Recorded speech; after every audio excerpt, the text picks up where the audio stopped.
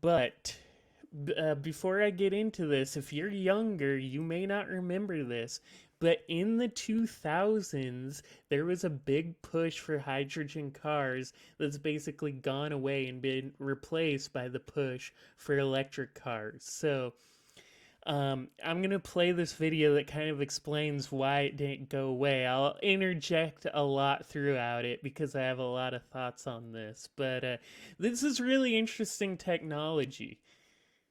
The fuel for our cars. These vehicles promise things like longer driving distances, faster refueling, and eco-friendly energy. George W. Bush, remember him, liked hydrogen fuel cells so much that he offered $1.3 billion in funding to get these cars on the road. This all sounds fantastic. So why aren't we all scooting around on our own hydrogen horseless carriages? The technology had plenty of pretty dope features that appeal to consumers, but nobody really seems to talk about these cars anymore. Why did the hydrogen vehicle lose its traction after all the hype that was surrounding it? Is it actually better for the environment than gasoline? And who, yes, or it what, definitely is, killed the hydrogen car? Big thanks to Cove for sponsoring today's Okay, we're not video. gonna...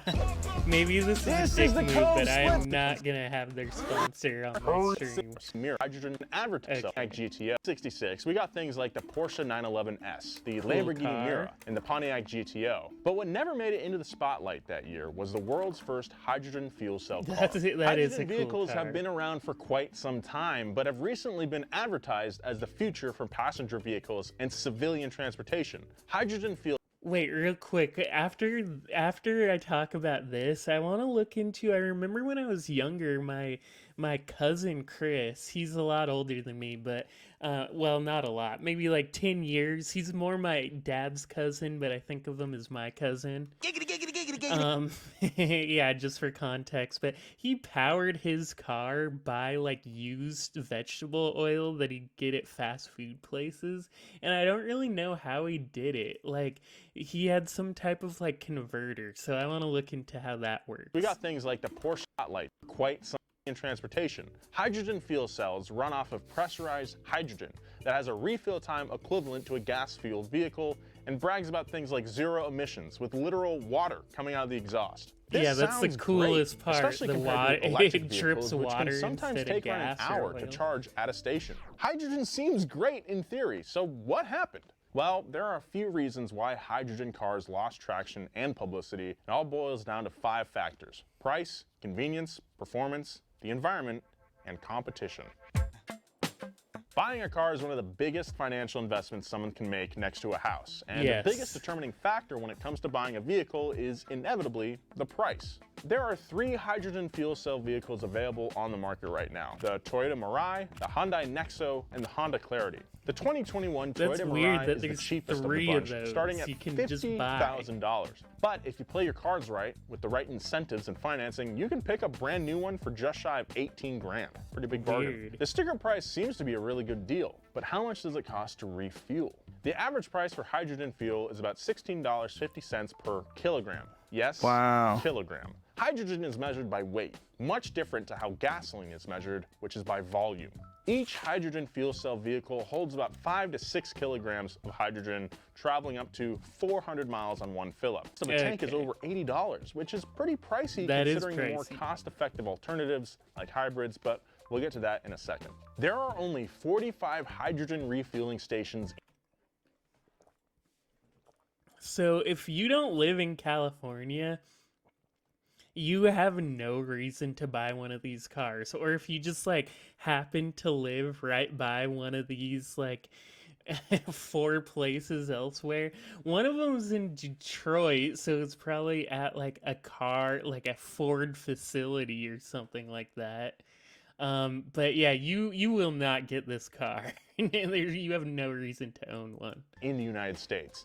And similar to how buyers are afraid of hydrogen because of the price tag, companies are afraid of hydrogen for the same reason. The cost to construct just one refueling station can amount to around $2 million, which is way more than your average gas station or electric charging station. To make matters worse, most stations just have one pump. With such a small...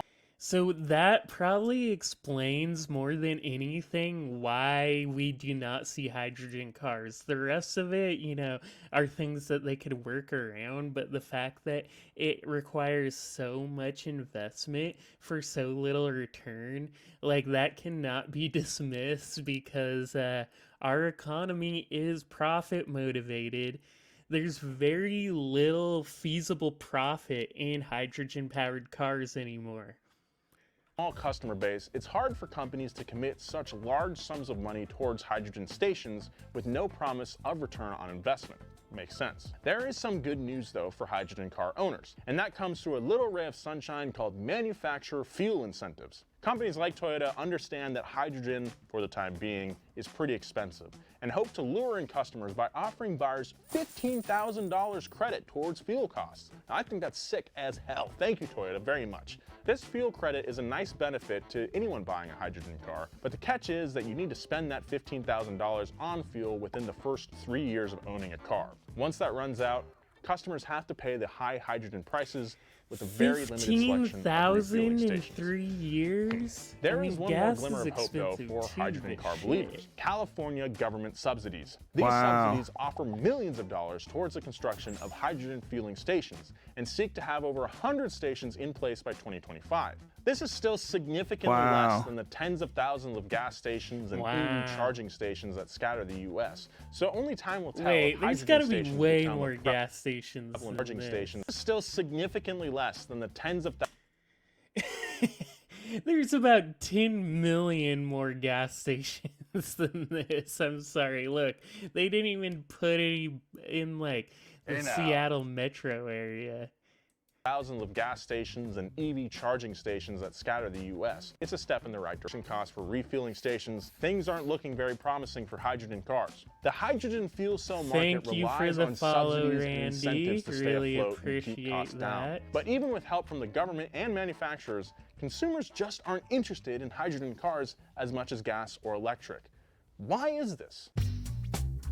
Well, let's talk about convenience or the lack thereof. We talked earlier about how there are only 45 hydrogen refueling stations in the U.S., this is a little mostly redundant. in California. I'm For some sorry, perspective, 5 stations across the U.S., hydrogen car buyers are forced to conduct their daily lives within the vicinity, trouble driving anywhere. The painful lack of convenience from the shy number of stations is very dissuading to consumers.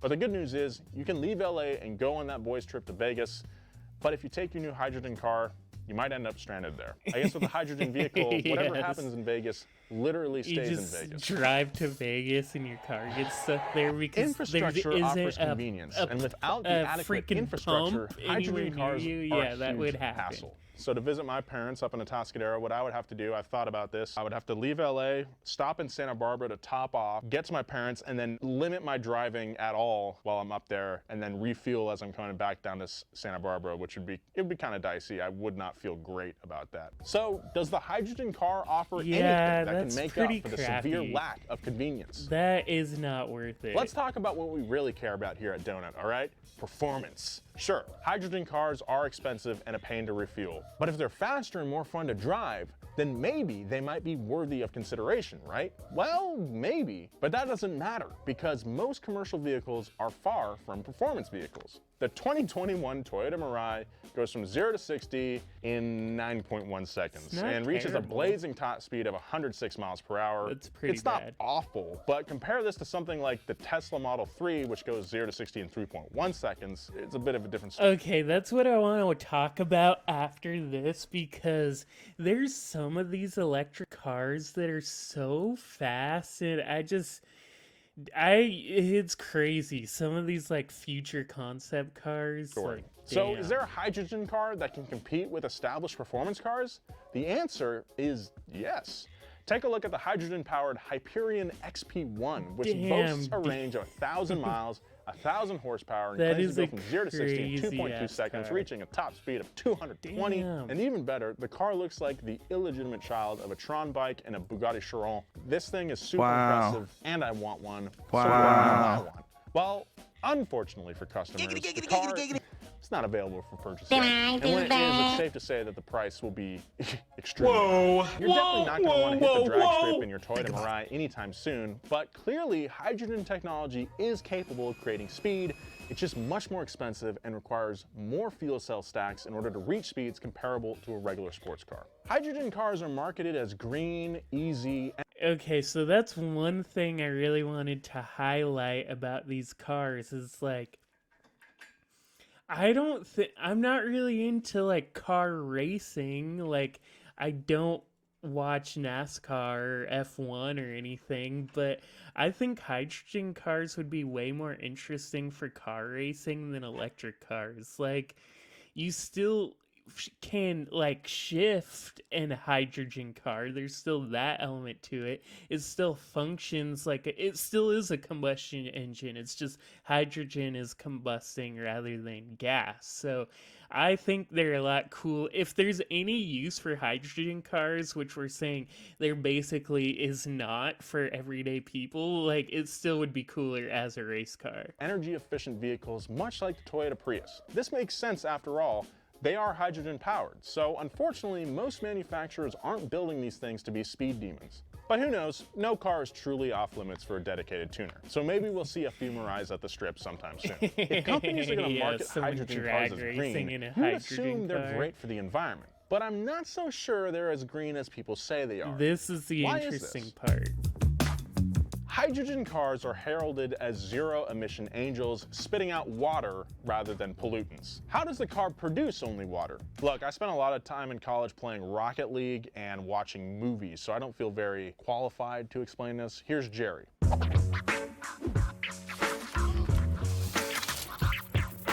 Compressed hydrogen runs down a pipe to a positive terminal in the fuel cell. Then oxygen from the air runs down a second pipe to the negative terminal. The positive terminal, it's made up of platinum, which acts as a catalyst that helps speed up the chemical reaction. When hydrogen atoms reach the catalyst, they split up into hydrogen ions, which are protons and electrons. And hydrogen ions, they are just hydrogen atoms without the electrons. Since hydrogen only has one proton and one electron, a hydrogen ion is literally just a proton. Yeah, they're like splitting Positively atoms. charged protons are attracted to the negative terminal and peel off, running through the electrolyte. Only protons have the ability to pass through the electrolyte since it's a special polymer. I guess this isn't a battery now free because it of is their a protons. combustion engine. But yeah, that's crazy to have little like atoms being split in your car as you're driving. They flow through the outer circuit towards the motor. As they do so, they power the electric motor, which drives the car's wheels, eventually arriving at the negative terminal. And at that negative terminal, the protons and electrons recombine with oxygen from the air in a chemical reaction creating H2O, or what I like to call water. This is the water that comes right out of the exhaust. The car's You could drink that water if you wanted, but I wouldn't. So it's safe to assume that these cars are good for the environment, right? I would drink the water out of a hydrogen-powered car if it was like a brand new car, not if it was all gunked up. But like, yeah, if it was a completely fresh car, I would drink that water. I don't know if it's pure water, but meh. I mean, all they use is hydrogen for fuel, and it's shooting out water. So are hydrogen cars actually better for the environment than gas cars? Well, let's look at how hydrogen is produced. Hydrogen does not exist in a pure state and must be separated from other molecules in a process called electrolysis. This process uses a lot of power. In order for a hydrogen fuel cell to work, it uses electricity to create hydrogen at the production plant, and then turns that hydrogen back into electricity to power the vehicle's motors. This is called the energy vector transition. Let's take 100 watts of energy. To create hydrogen, we must pass it through water via electrolysis. This is only 75% energy efficient. Now the hydrogen must be compressed, chilled, and transported to the station. Once it's pumped into the car, it must be turned back into electricity. This is only 60% efficient. The energy then must power the motor, but this is only 95% efficient because it gives off energy such as heat. Put this all together, and only 38 of our 100 watts are actually used to run the car. So fuel cells are only 38% efficient. That's not great, but it could be worse. How does it compare to gas and electric cars? Combustion engines are notoriously here's the inefficient, thing. letting off enough heat that leaves them with only about 25 to 35% efficient. So hydrogen is decently better than gasoline-powered cars. But what about electric vehicles? Since electric vehicles use the electricity directly without having to convert it into anything, they make about 80% efficiency. This is twice as efficient as a fuel cell vehicle, making hydrogen cars inefficient when compared to their electric cousins. So what does There this it mean for our is. environment? That's Well, the key, hydrogen really, cars are about honestly. half as efficient as an electric vehicle, meaning they require twice as much energy to power. This energy is taken from things like fossil fuels, nuclear power plants, and windmills. No car is completely green, but hydrogen is a surprisingly worse alternative than EV vehicles, but still more efficient than a gas-powered car. I want to look at this. So here is the gas use, or not energy use. And so hydrogen is pretty efficient, honestly. It's almost as efficient as power to liquid. What the hell is that? Is that electric? Cars. It's a weird middle ground. They If hydrogen vehicles... What? This doesn't say what I think what I thought it was supposed to say. I thought this was, oh, this is charging. Okay, so this is combustion. This is hydrogen. This is electric. I was reading it as flipped. So, yeah, hydrogen's not much better than gas, to be honest, in terms of efficiency of energy. But still more efficient than a gas-powered cars. It's a weird middle ground. If hydrogen is to succeed, it needs a lot more research, money, and government legislation thrown at it, and it will take years to produce adequate infrastructure for these vehicles. If all this happens, hydrogen cars may have a chance at securing a spot in the automotive industry, but for now, something else is stealing all hydrogen's hype and funding, reducing the chances at a hydrogen future. What is this? Well, I actually already told you. If anything can be blamed for the death of the hydrogen vehicle, it's the EV. Companies like Tesla came onto the scene at the same time hydrogen fuel cells had some interest, but with the success of the electric vehicle came disinterest in hydrogen. The market leaned towards electric cars, and lithium battery technology began to advance quickly beyond hydrogen vehicles. EVs took the spotlight, and tons of money and research went into developing and perfecting lithium batteries. Okay, I'm gonna play some other videos, but yeah, to kind of re-emphasize my main point that I made earlier, I would much rather see hydrogen-powered cars for race cars than I would like to see, I guess, electric. I mean, the idea of racing electric cars sounds pretty freaking boring to me, honestly. The idea of playing a car racing game like Gran Turismo with electric cars, snooze, okay. But that's just me. But I mean, for a personal for a personal driving car, yeah, hydrogen seems way worse than electric. I would choose an electric. Where am I gonna fill up this thing? There's not even a hydrogen pumping place in my state. But one thing I want to say about Tesla in particular, freaking Tesla. Wow. I'm listening. So here's the deal. The issue with Tesla is, and this is a good issue because I want Tesla to fail. I can't stand Tesla. But their issue is the fact that, okay, they basically cornered a pretty small market. Semi-luxury electronic cars for yuppies, basically, for the most part. I mean, and I say that because where I work is right by a bunch of Google, Amazon, all those techie ass jobs. I work in that area, and not that I work in that field, I just work in proximity to those businesses. And I see so many Teslas around my work, and that's pretty much why. The issue with Tesla is they're very short-term motivated. Elon Musk is like, oh, there's a market here, makes the most of that market, and then where else is there to go? Like, if I was to buy an electric car nowadays, I would buy a Nissan Leaf. Like, I would not buy a Tesla. They're notoriously unreliable. Not only that, but Tesla is basically the only car manufacturer in the world that I know of, definitely in the US, who does not give any of their like information to car mechanics. You can only get a Tesla repaired from like an official Tesla facility.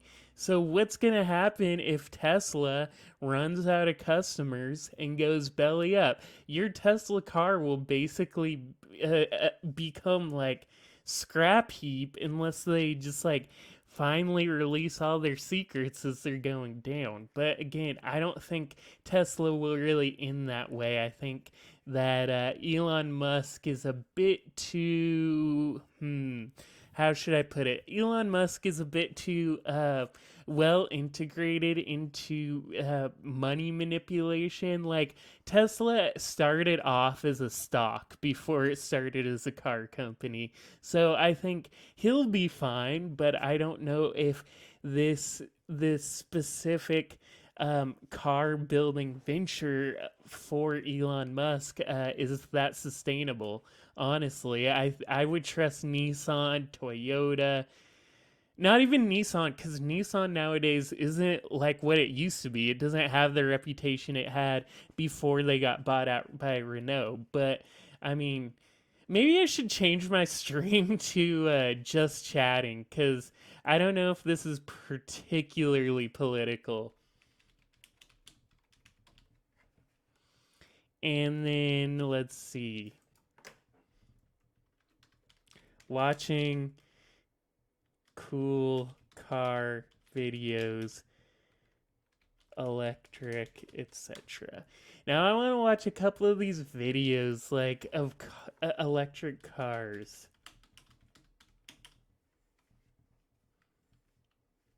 A third build. This is William Hung, and you're listening to the Society Show. Okay, let's watch this. 0 to 60 in 1.1 seconds.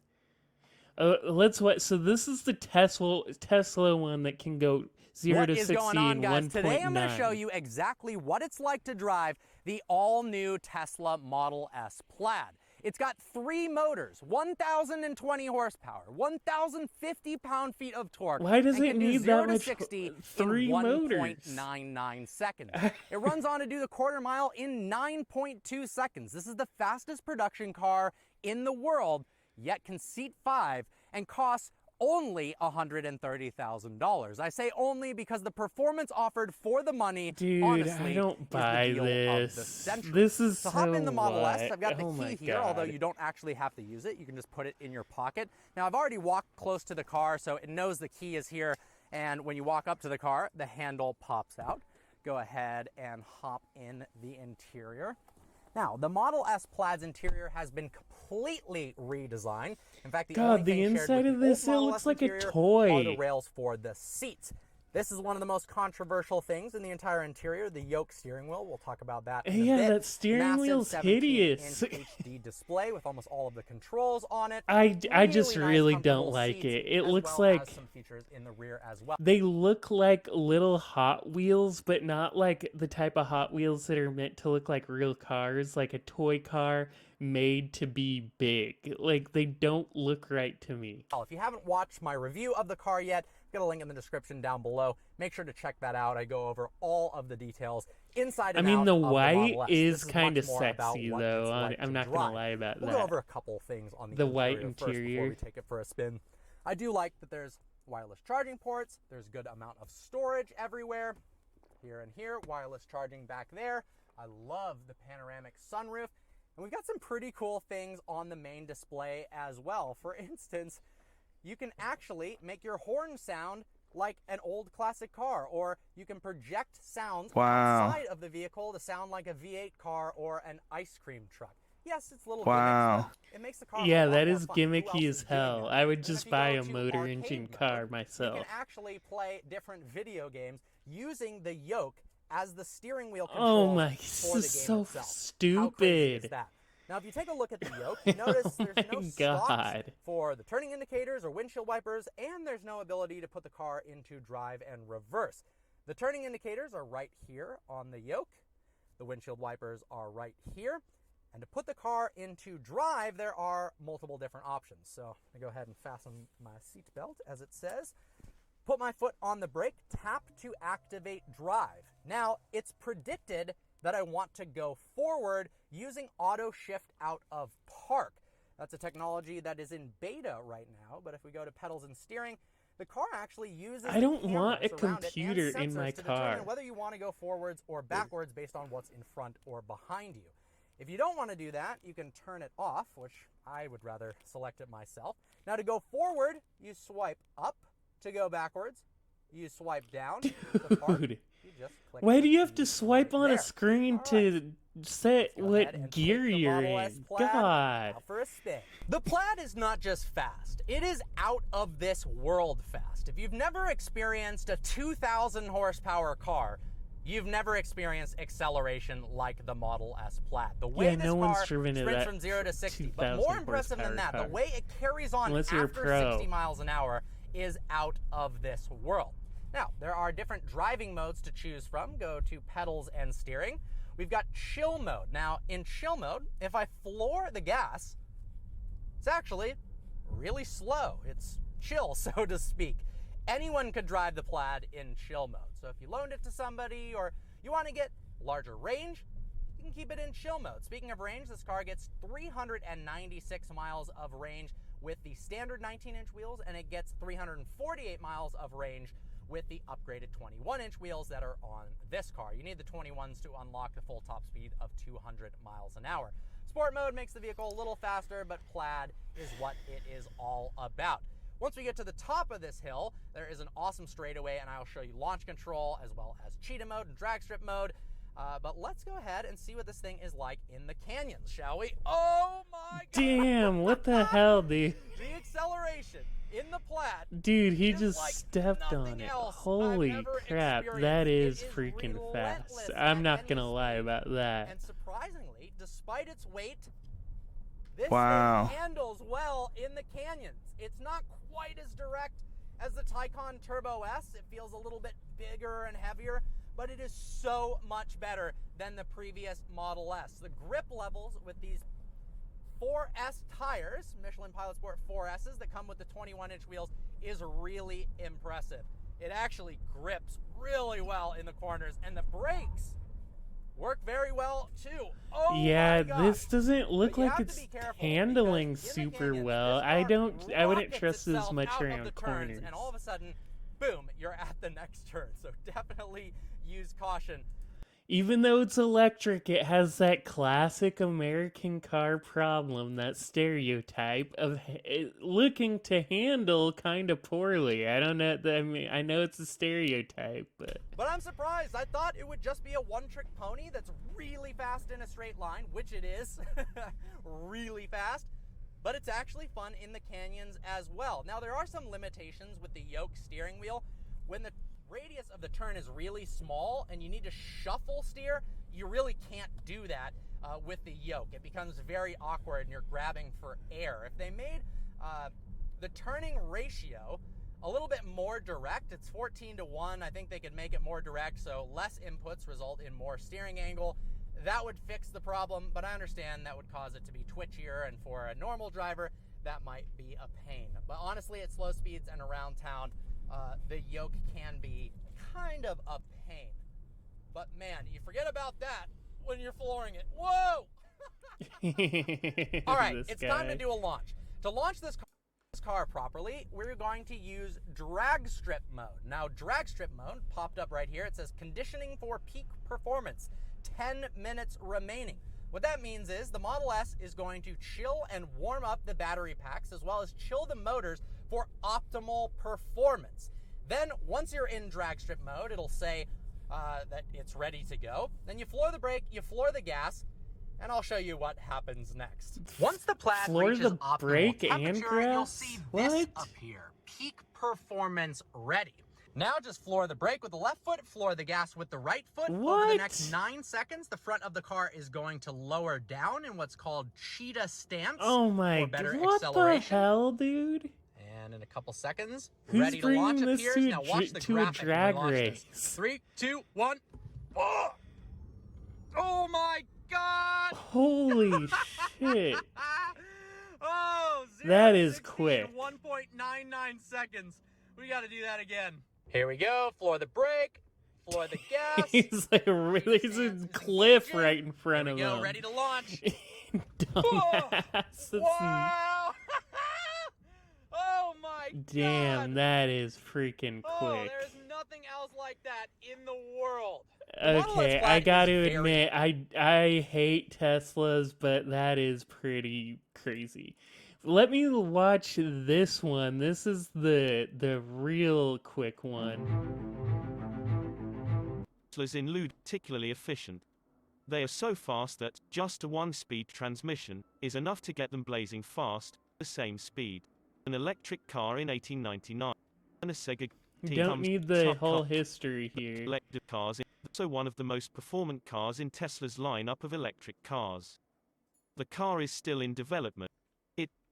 Tesla's official website, the same as Elon Musk's announcement at the second-generation Roadster launch event, listed the car to have a boost from 0 to 60 miles per hour in just 1.9 seconds. Yeah, we just saw that. Oh my god! Holy smokes! According to Musk, Tesla's signature Plaid Powertrain will come as a standard option in all second-generation Roadsters. The Plaid Powertrain has 3 motors instead of 2, used on the ludicrous platform. The Plaid Powertrain will let the vehicle develop an ultimate speed of more than 250 miles per hour.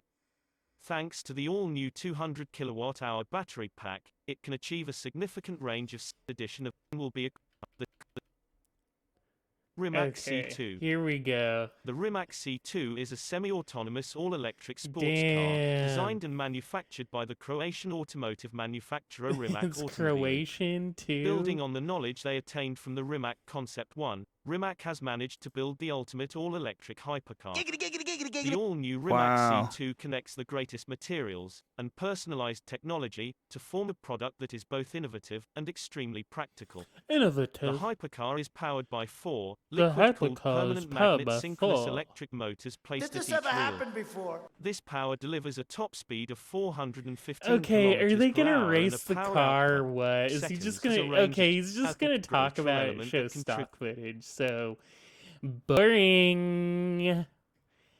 Boring. Okay, let's see. Okay, Nissan. Now I just want to watch some old car videos, but let's stick to electric. Nissan. Why isn't it typing?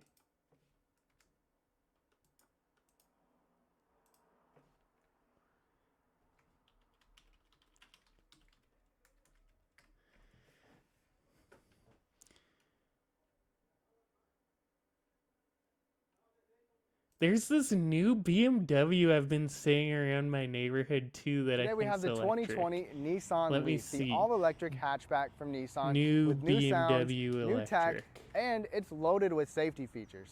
This is going to be a long video. If you want to know Not exactly where we this. are in the video, I'll put timestamps in the description below.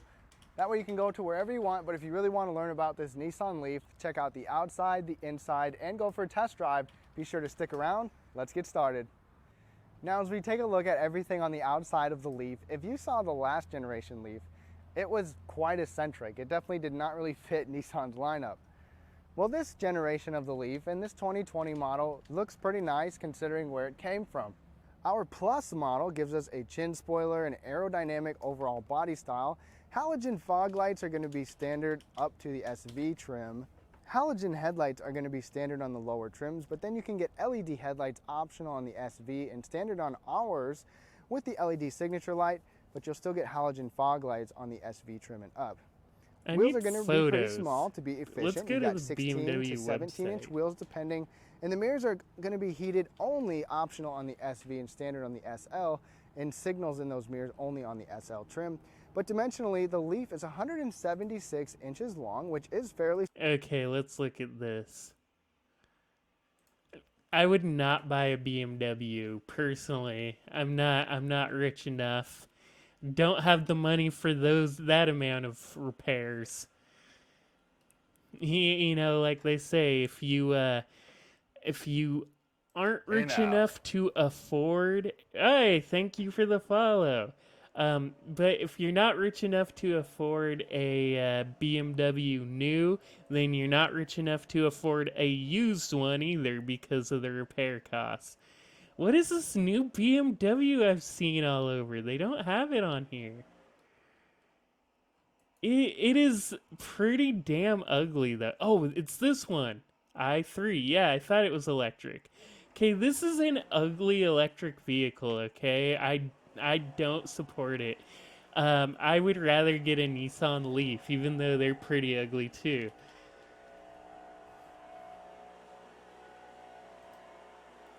Sorry about the noise outside. Anyway, that's